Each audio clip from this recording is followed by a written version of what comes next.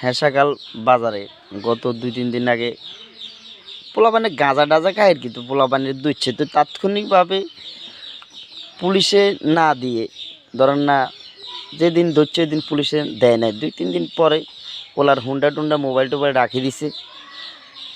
তখন পোলার বাপ কাছে আমাদের এই হেঁসাকালের যারা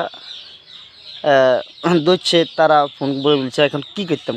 পোলার বাপে কইছে যে আপনি তো যা ইচ্ছে তাই কর বিচার। এরপর পোলা মনে সরি গেছে বা দায় গেছে গই, চলে গেছে গই হুন্ডার টিয়া থুই।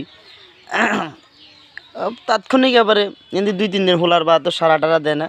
তা আমি হোলার বাপে তো জানি নিলাম যে বিষয়টা আসলে কী হয়েছে। কয় রে এমনি এমনি আমার কাছে কিছু টাকা পানি চাইছে, তারা হোলানের খরচা পাতি দিত। এখন তাইলে তো সমান অপরাধ, গাঁজার যাতে খাইছে। এখন এটা হলো পানিশমেন্ট, বা তার সন্তানকে পানিশমেন্ট করবে, তাকে করবে, কিন্তু টাকা তো চাইতে পারে না। টাকা যারা চাইছে আমি মনে করি যে তারও অপরাধী।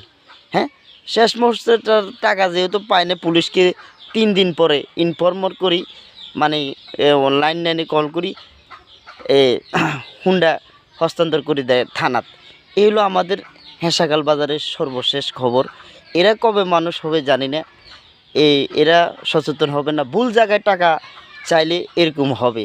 এখনও আমি মনে করি টাকা চাওয়াটাও অপরাধ। এখন এখানে যদি আমার ভুল হয়, ত্রুটি হয়, আপনারা বিবেকবানরা চিন্তা করবেন, ভিডিওটা শেয়ার করে দিবেন, ভালোবাসা হবে।